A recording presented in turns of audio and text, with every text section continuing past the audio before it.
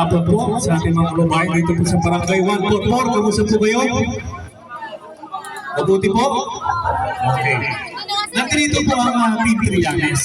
Bumibisita po sa inyo upang ipapalita dito po sa inyong barangay na malapit na po dumating ang pagbabago dito po sa Caloocan. Gusto po ba natin yun?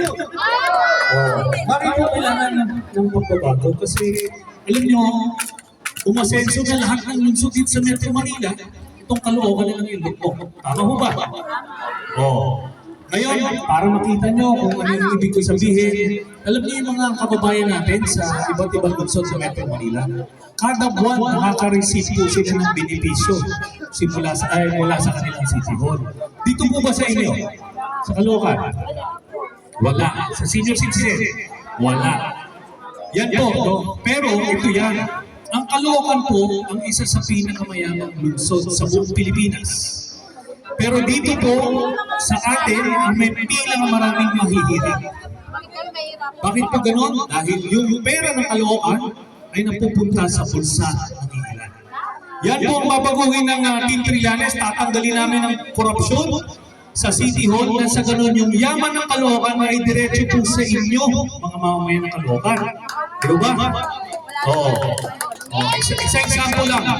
Pag natanggal po natin ang korupsyon, pero po tayong programa para po sa mga senior citizen, yung monthly medicine allowance. Kada buwan, lahat ng senior citizen makakatanggap po ng benepisyo. Gusto mo ba natin yun? Yan. Meron din po kami programa para sa mga bata, sa mag-aaral, at sa lahat ng mamamayan ng Caloocan. Yan po ang gusto nating baguhin. Ngayon, itong Orange, alam niyo ba yung Team Orange? Itong Team Orange, binigyan niyo na po yan sila ng 12 years. Di ba? 12 years ang ibinigay niyo sa kanila. Magpakitang gilas kayo, mag-servisyo kayo sa amin. Pero nakita niyo naman, di ba? Hindi na kayo nagkulang.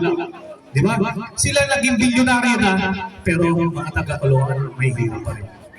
Yan po sana ang babaguhin natin. Pero nasa kamay po ninyo ang kasagutan na yan kung makakabit nyo yung pagbabago o hindi. Okay? So, sa takdang panahon po, ipepresenta po namin sa inyo yung programa namin para sa inyong lahat para makamit natin yung pagbabago. Okay po? Sana po, huwag po kaming kalimutan ng Barangay 144, Ngayon po, papakilala ko yung mga makakatulong po natin sa pagkahatid ng serbisyo po sa Caloocan, Nandito po si Konsehal Vicky Buna, Konsehal Kay Dubla, Konsehal Angie Leonardo, at Konsehal Bining Faustino. Sila po ang mga pinili natin kasi sila magagaling, masisipag, at higit sa lahat may malasakit po sa mga taga-Caloocan. Kaya sila yung mga makakatulong natin gagawa ng mga ordinansa na magbibigay ng benepisyo sa lahat. At kumpleto na po yan sila.